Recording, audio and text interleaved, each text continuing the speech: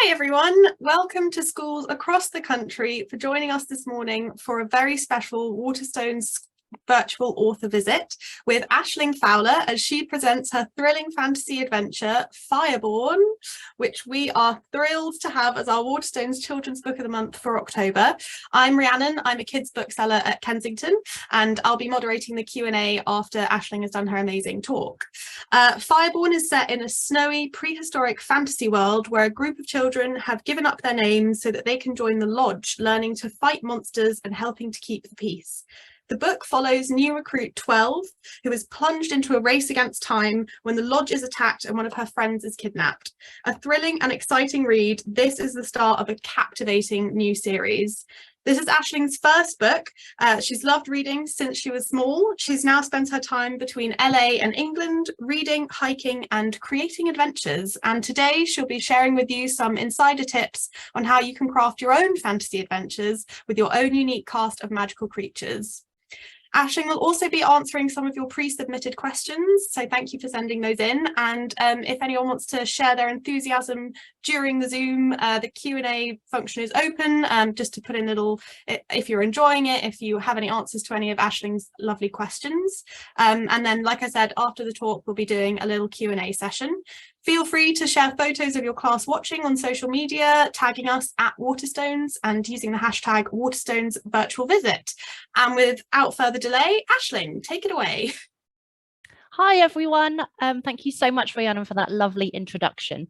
I am going to share my screen with you guys, and I'm hoping that you will be able to see my presentation. So what are we going to do together? Well, I thought that I would start by telling you a little bit about Fireborn. I'm going to show you a book trailer. Then there's going to be 3 short readings from the book itself. And like Rhiannon said, after each one, there's going to be a little creative writing exercise to get those juices flowing. And I'm hoping that by the end of the session, some of you might even have some of your own ideas for your own fantasy adventure. So I'm hoping that that sounds good to you. So let's jump in. Now, Rhiannon touched a little bit on what the story is about, but I'm going to go into a bit more detail. So what happens in Fireborn? Well, the story follows 12. She is the main character, and she's in the top left of the screen here, that girl riding the giant stone dog. Now, 12 is a huntling. But what does that mean? It means that she's given up her name. It means she's given up her entire past in order to live and train at this place, the hunting lodge. Now, what is she learning at the hunting lodge? Well, she's learning how to fight monsters because her world is full of these dark, quite frightening creatures, and they make life really difficult for the people in 12's world. And so 12 is learning how to help defend her world. Now, I don't want to give you too many spoilers about the book because I really want you to enjoy the story if you do read it. But this isn't too much of a spoiler because it's something that happens really early on. The hunting lodge is attacked. For the first time ever, these monsters, these dark creatures, manage to break inside the lodge walls. Now, when the dust settles, it becomes clear that something awful has happened. A little girl is missing. She is no longer inside the hunting lodge. Now, 12 is horrified, but she becomes even more horrified when she realizes that the hunters, who are the adults in charge of the hunting lodge, and really actually the adults in charge of keeping the whole world safe from these creatures, they don't seem to be doing anything about this missing girl, about this girl who's been taken, she's been kidnapped. So quite impulsively, our main character, 12, she packs up a bag of supplies, she takes her pet squirrel, Widge, and she heads off into the wilderness. Now, the hunting lodge is located in a really dangerous part of 12's world. It's called the Fang Mountains. And the Fang Mountains are full of really dangerous creatures, but 12 is not perturbed by that. She takes her squirrel, she takes her supplies, and she heads off on her own. Or so she thinks. But it quite quickly becomes clear that actually 12 is not the only one who's had this idea. And along the way, she meets the lodge's stone guardian, who's this giant stone dog called Dog. And she meets 2 boys, 2 fellow huntlings called 5 and 6. And she is particularly displeased to see them. 12 she's a bit of a loner. She really likes to do things by herself, and she doesn't really trust other people. But even more than that, her and the other Huntling 5, they really don't get on. I would say they're practically enemies. So she's really unhappy to see them. So Fireborn really is the story of this quite mismatched group, and this epic adventure that they go on together through a really dangerous wilderness. But it's also the story of the monsters that they face and the many, many secrets that they are keeping from each other. So that's my little spiel about the book. But on the next slide, I'm going to show you the book's trailer, which I love, and I really hope you guys are going to enjoy too. So let's take a look.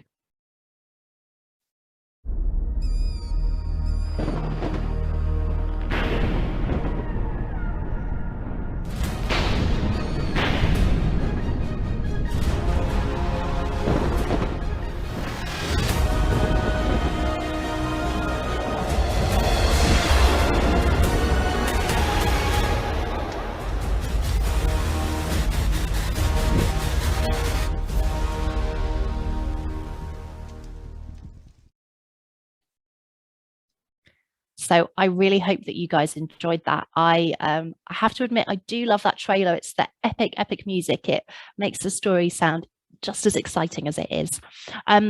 Now, what we're going to do now is move straight on to the first reading from the book. Now, this is from quite early on in the story, so there's not too much that you need to know in order to be kind of orientated to what's happening, but you do need to know this. So 12 and her enemy 5, they have been kept in the dungeons. Now, in the hunting lodge, a night in the dungeons is the most serious punishment you can receive, and it's given out only for the worst misdemeanors. So 12 and 5 have misbehaved quite seriously. I won't tell you what they've done, you'll have to read the book to find out, but they are down in the dungeon for the night. And while they're down there, they have heard sounds from above, and they are fairly sure that the lodge is under attack. Now, 12 has just got herself out of her cell, and she's grudgingly broken 5 out of his cell too. And the two of them are having a conversation over what to do next. 12 grabbed 5's arm and tugged him forward, but he pulled back with a jerk, his familiar supercilious expression returning. Warn everyone. That's what the night watch is for. As if on cue, the deep, dolorous boom of the alarm bell sounded. It shivered through the earth walls, straight into 12's heart. The attack had begun. 5 shrank from the sound, and 12 was unpleasantly reminded of herself only moments before. But if the lodge was under attack, then she was determined to do her bit in defending it. Fine, she snapped, adrenaline making her hand shake. You stay here, but I'm going to help. Without waiting for his response, she scrambled over the clods of earth and jogged to the stairs, cursing as her candle flame flickered, nearly going out. Widge's claws dug through her furs as sounds of fighting crashed down from above, hurrying her feet. Growls and howls, screamed orders, the clash of metal and the shrieks of the injured all mingled into a terrifying cacophony of battle sound. At the top of the spiral staircase, the dungeon door had been smashed off its hinges. The scene beyond it froze 12 to the spot. In the pale light of dawn, a nightmare of violence and destruction spread before her. The candle slipped from her fingers, and Widge chittered his shock. 4 fully grown ogres roared in the center of the training ground, spittle flying from their mouths.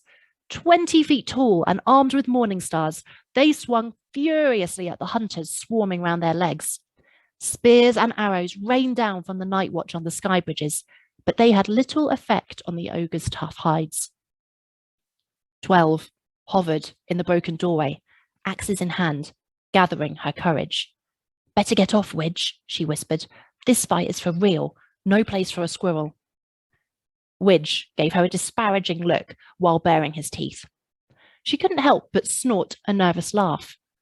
I'm not sure your teeth will be much good against an ogre, but it's up to you. You'd better get on my back instead, though. The squirrel obliged. 12 took a deep breath and sprinted out into the chaos. So, we've just met our main character, 12, and we've left her at quite a dangerous moment, haven't we? She's just come up to the training ground, seen 4 fully grown ogres in the middle of it, and she hasn't done what I do, which is run away. She's run straight for it. So the activity that I'm going to give you guys connected to this reading is all to do with the concept of character. So I want you to start off by thinking about, what do you think of 12 based on what you've just heard? Do you think she's brave because she's just sprinted straight out into that chaos, into that danger? Do you think that maybe she's a little bit impulsive because she paused for a moment, didn't she, in the doorway to take in the scene? But it's not like she made a really comprehensive plan about what she was going to do. She doesn't really have a strategy, does she? She's just sprinted straight out. Maybe you even think that she's a little bit foolish because, for exactly that reason, she's just rushed into danger without a plan. So what I am going to ask you guys to do, the activity I'm going to give you, is to create your own character. I want you to create your own huntling. I want you to give them a number name. I want you to give them an animal companion. And then I want you to think a little bit about, what type of person are they? What type of personality do they have? Are they someone you'd be friends with? Or are they maybe someone who would be a bit more of a nemesis for you? Are they going to be someone like 12, someone brave, courageous, maybe a bit kind of impulsive? Or are they going to be cut from quite a different cloth? Maybe someone a bit more cautious, someone who'd probably like to make a list of what they're going to do before they rush off into danger like that. I'm going to just give you 2 minutes for this exercise. And hopefully you've got some pencil and paper with you. So jot some ideas down, or if you prefer, draw a picture of your character. 2 minutes.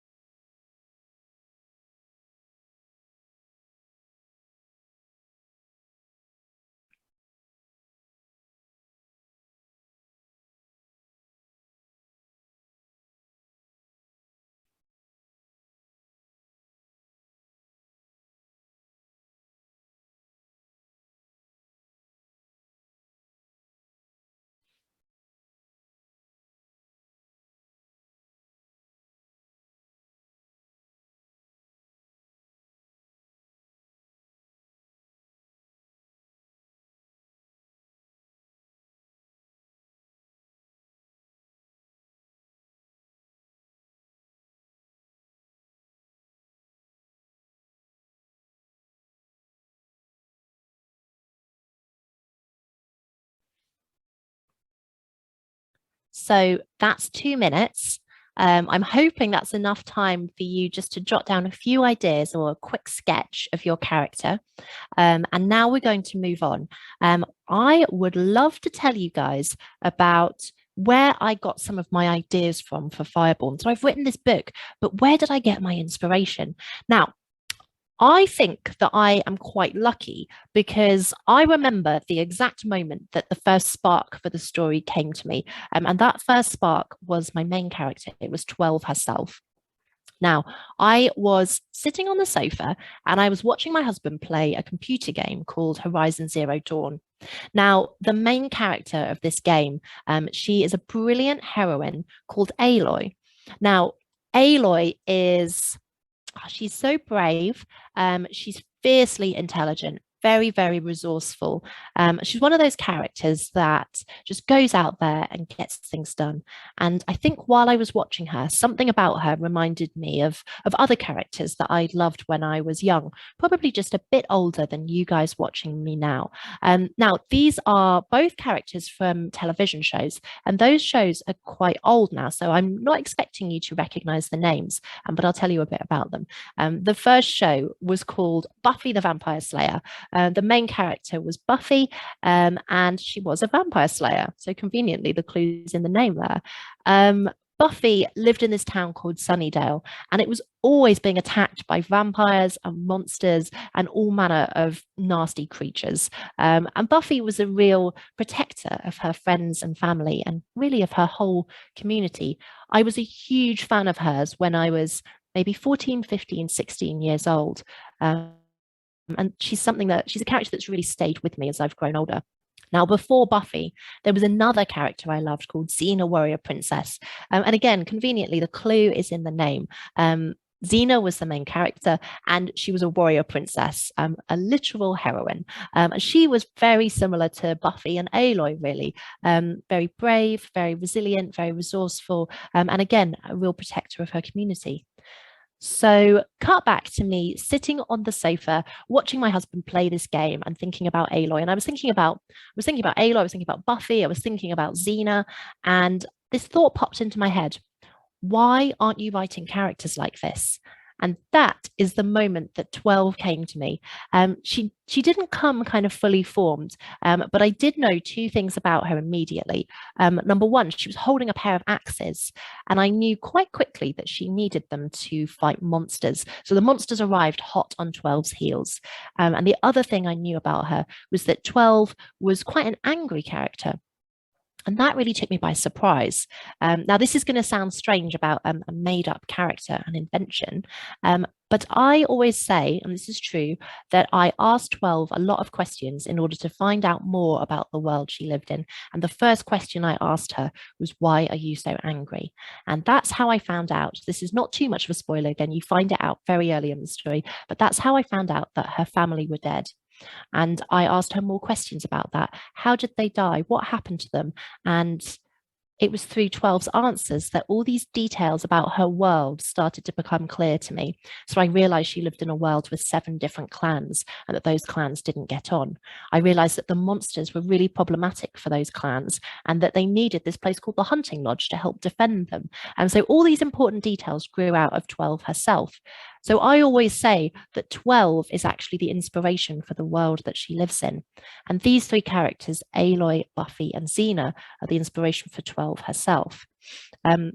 Before I move on to the next reading, though, I'd like to talk a little bit more generally about inspiration. Where do ideas come from?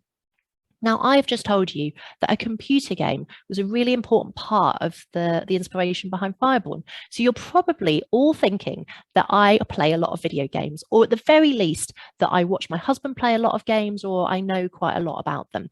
But you'd actually be wrong. I don't play games at all, and I very rarely watch my husband play them too. So the fact that Aloy is part of this story as a computer game character is really strange and interesting to me.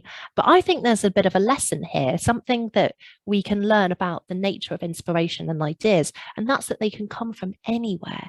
So if you want to write a story of your own and you're wondering where to get ideas from, you can get them from anywhere. You might be like me, you might get your ideas or your inspirations from games and from television shows. You might get ideas from a book that you've been reading, from a conversation that you overhear, a picture that you see, or even an object that you find. You never know where a good idea is going to spring from.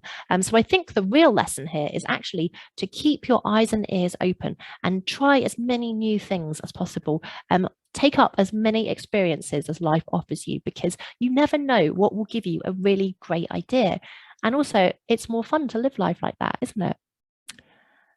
So that's my my little bit about my inspirations for Fireborn. And what I'm going to do now is move us on to the next reading in the book. This is from a bit later on in the story, so I'm going to tell you a few bits to get you up to speed. The attack on the hunting lodge has now happened. The discovery has been made that this girl is missing, and 12 has left the lodge in order to try and bring her back safely. She has met up with her group of companions, so 12 is now traveling with the lodge's guardian, who's called Dog, and she's traveling with those two huntling boys, 5 and 6, and they are following the missing girl's trail through the snowy wilderness. And that trail has just brought them to a rather ominous spot.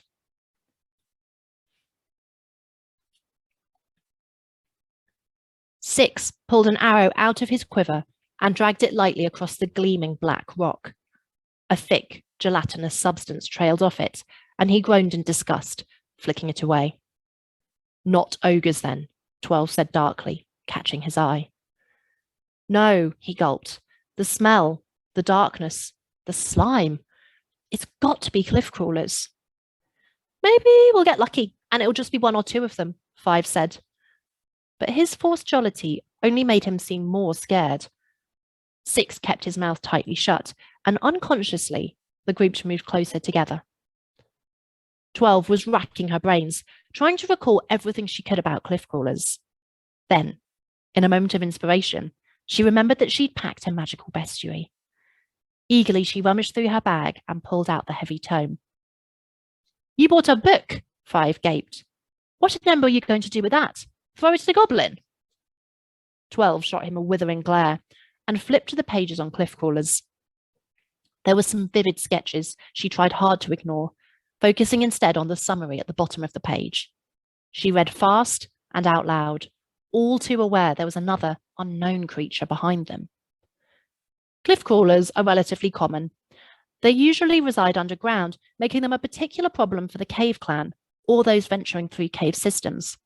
However, there are documented instances of them being found elsewhere, and any dark nook from which a foul smell emanates should be treated with caution. 5 sniggered.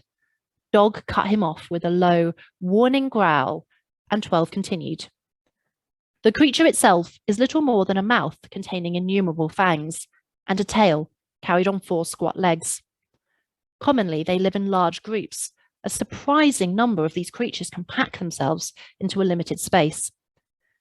The Bog Clan village of Newt famously reported 150 crawlers in one small cupboard. 12 cleared her throat and swallowed, glancing at the space before them. The darkness snatched at the moonstone light and gave every impression of not being small. 5 stopped laughing, looked a little pale, and 12 read on. This author advises avoiding all contact with cliff crawlers where possible. They are foul, filthy creatures. However, if it is inevitable, remember that cliff crawlers are sightless. Their forked tongues smell the air and are incredibly accurate when detecting blood, but insensitive to anything else. The simplest solution to maintaining the upper hand is stealth and ensuring no drop of blood is spilled. They are strongly repelled by fire, and in a tight spot, this can be used as a deterrent. Aggression, 8 out of 10. Danger posed, 8 out of 10. Difficulty to disable, 9 out of 10, assuming an average-sized congregation of 2,000 individuals. An average of 2,000, said 6. Did you misread that, or? No, said 12. That's what it says. So, I think that the group might be about to meet their first monster, or maybe even lots of monsters. So can you guess what the activity is going to be connected to that reading? I am going to ask you to create your own monster. Now, I have to say, making up the monsters in Fireborn was probably my favorite thing about writing the story. So I really hope you're going to enjoy this exercise. Before I give it to you, though, I am going to tell you the 3 methods that I used for creating the monsters in Fireborn. And you're very welcome to use one or all of them in creating your own monster. So method number 1, I thought about things that I am afraid of, and I built monsters out of those. So if you read Fireborn, you are going to come across a creature called a Death Spinner. And I think you're going to realize quite quickly that Fireborn was written by someone who's really afraid of spiders. And that's me. Spiders are one of my biggest fears. The second method that I used was actually something more rooted in this world, and it's the principle of adaptation and evolution. So if you take a wild animal, any wild animal in our world, it will be adapted to survive in the landscape it lives in. So let's look at a mountain goat. A mountain goat is incredibly sure-footed, isn't it? It can cross really sheer mountainsides. It can go places no other animal can go. And that means it can reach food that other creatures can't get to, and it can escape from predators that can't follow it. So it's really well adapted to survive on those sheer mountainsides. Now, I thought, why not take that principle of adaptation and bring that into my made up world in Fireborn?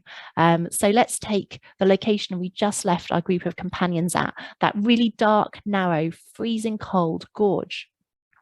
Now, I looked at that gorge and I thought, what kind of horrible creature might have evolved to live in a place like that? And that's how I came up with the cliff crawlers. The third and final method I used was to think of magical abilities that could be quite frightening. So how about being able to turn a child into a statue of ice with a single touch? How about mind control, or being able to convince someone that they're seeing something that isn't really there? They're all quite frightening magical abilities, aren't they? And I took those abilities and I built monsters out of them. Now, for this activity, you can use any or all of those methods, but this is your own creative exercise. So your own imagination is the limit here. Anything goes. But I want you to create your own monster, or if you don't want to make a monster, your own friendly magical creature. I want you to think about what it is called, what it looks like, what it eats, where it lives. And if you've got time, I'd like you to give it some rankings, like what is found in 12's book, The Magical Bestiary, things like danger, aggression, and difficulty to disable. But if you want to make up your own ranking system, of course, that is also okay. This is your monster, anything goes. And again, if you prefer to draw a picture, that is brilliant. And I do love seeing the pictures. So do send them to me if you want to. I'm going to give you 2 minutes for this exercise, and I'm going to set a timer and I'll let you know when the time's up. But happy creating.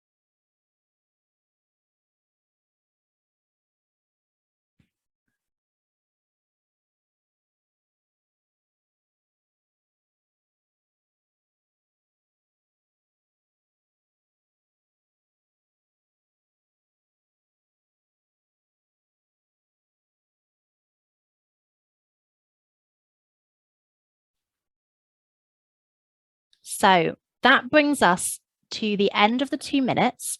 Now, I know that's not a lot of time, but remember, this is always something that you can come back to. So whatever you've got on your paper in front of you is just the beginning, and you can build it much further from there if you want to. Because I want to make sure that we've got time for some questions at the end, I'm going to whiz straight on to the third reading in the book. Now, this is from not too much further on in the story than where we left our group of companions before.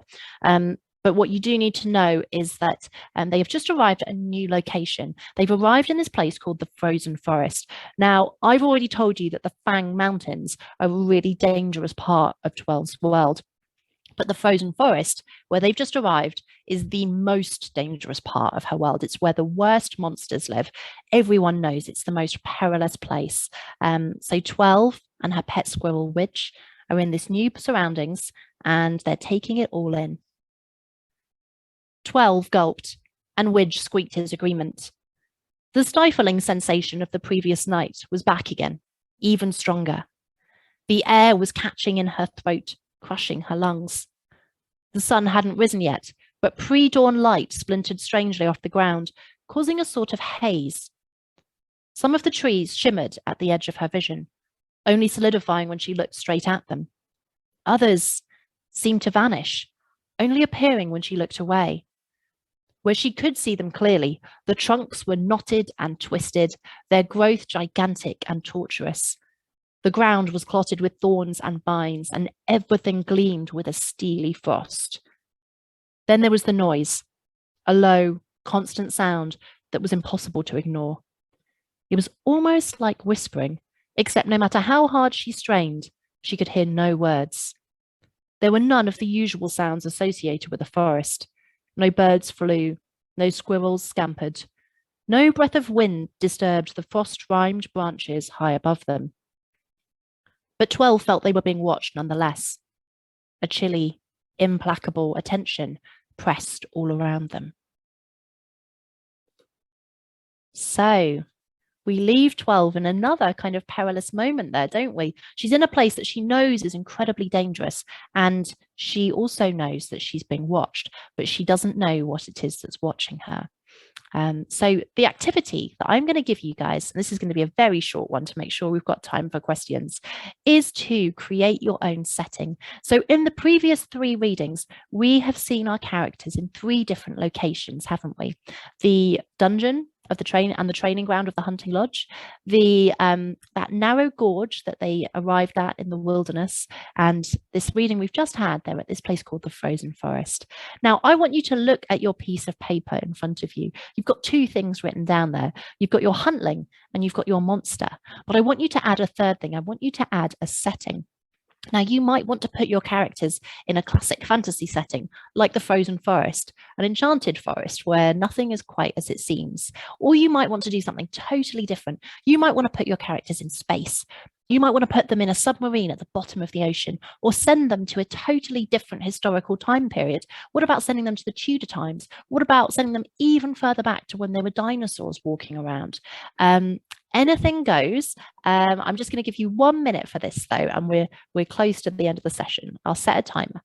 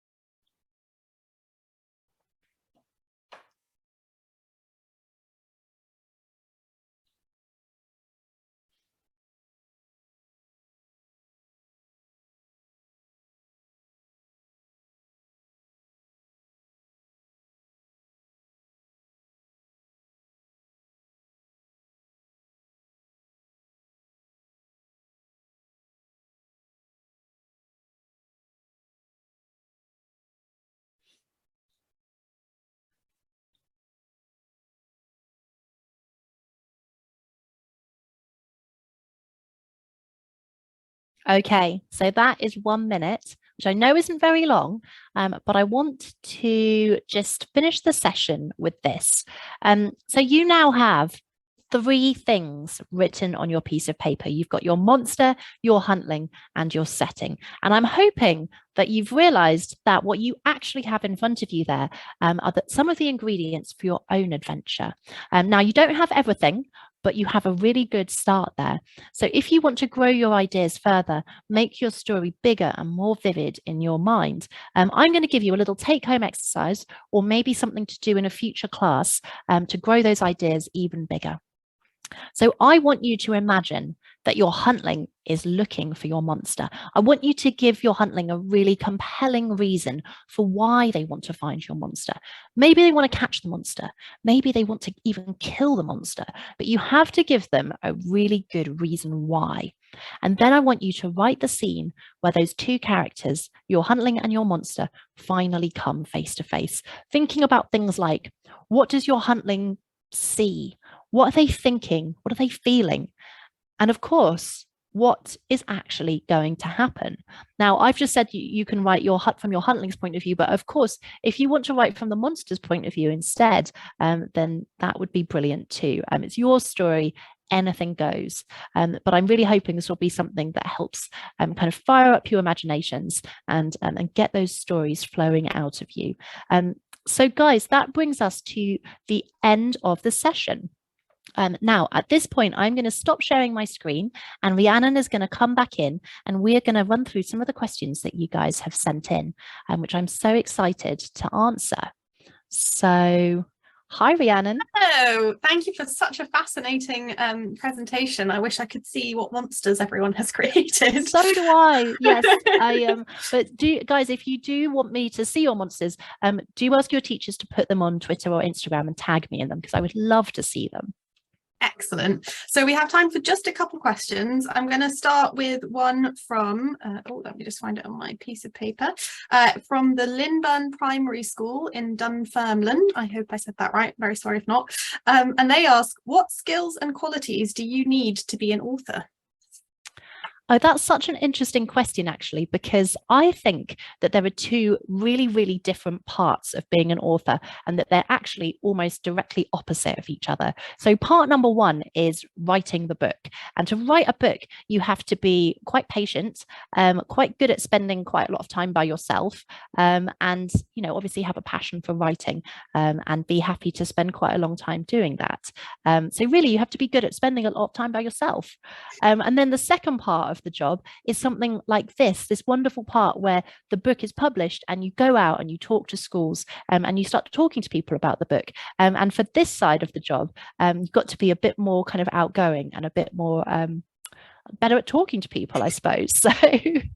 So it's two sides. They're both incredibly fun though, and I think this is one of the best things about being an author is this kind of like dual nature of it, and where you get to spend some time by yourself and kind of building the ideas in your imagination, and then some time kind of talking about those ideas as well to other people.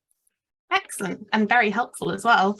The next question comes from Langenhoe Community Primary School in Essex, and they say, we are creating fantasy maps for our homework project this term. Do you ever use fantasy maps to inspire and plan your writing?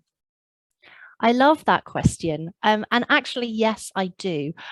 So when I was writing Fireborn, so I've already said that 12 was the first spark of the story that came to me, but quite quickly I realized that there were 7 clans in 12's world, and I wanted each of those clans to live in a different landscape. So I was mulling this over and I thought, well, actually a good thing to do at this point might be to draw a map to really kind of visually work out where they live and to help the world become more vivid in my mind. And it was a really useful tool. So it really helped develop my ideas of what 12's world actually looks like, and to give a sense of things like how long it would take to get from place to place, and just kind of grow those ideas even bigger. So yes, I do use maps in my writing, and I think that's a great tool. Perfect. And then we have a question from a home educator in Cheltenham who asks, what did you like reading when you were a child? This is a question that I find really interesting, actually, because I very rarely reread books when I was young. And actually, it's still relatively unusual now for me to reread because I've always had this sense of how many books there are in the world that I want to read. So the things that I remember from my childhood tend to be series. So I read a lot of Enid Blyton and Sweet Valley High and Point Horror and things like that. And then, of course, I love the Harry Potter books and His Dark Materials. But there is one book that really stands out to me because it's a standalone that I really remember loving, and that is called Mrs. Frisby and the Rats of Nim by Robert C. O'Brien. And I did go back and reread that a couple of years ago to see if it was as amazing as I remembered, and it really is. It's just this brilliant story of a mouse trying to save her family from a farmer who's planning to plough over her home.